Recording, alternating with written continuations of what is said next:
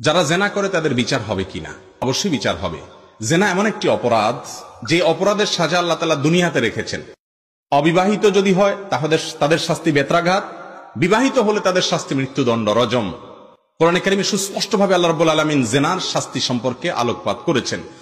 আর আখিরাতে যদি কেউ জেনার শাস্তি করে তওবা ছাড়া, গুনাহ আল্লাহর কাছ থেকে মাপ নেওয়া ছাড়া যায়, তাহলে সেক্ষেত্রে তার শাস্তি কি হবে? প্রিয় নবী সাল্লাল্লাহু আলাইহি ওয়াসাল্লাম মেরাজে সেটি দেখে এসেছেন। অত্যন্ত ভয়াবহ শাস্তির কথা বলা হয়েছে। জাহান্নামের আগুনে তাদের শাস্তি দেওয়া হবে, বিভিন্ন ভাবে শাস্তি দেওয়া হবে। এজন্য বিশেষ করে আমার যুবক ভাইয়েরা, যুবতী বোনরা যারা শুনছেন, এমন একটা সময় আমরা পার করছি, যুবক ভাইদের যৌবনে কোনো কালিমা লাগে নাই এমন যুবক পাওয়া বড় কঠিন হয়ে গেছে।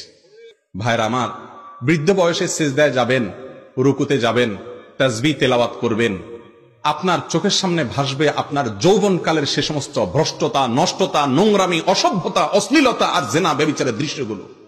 ঠিক না বেঠিক? আপনি সিজদায় যাবেন, আপনার চোখের সামনে ভাসবে আপনার সেই ফেলে আসা দিনগুলোর অসভ্যতা এবং নোংরামিগুলো।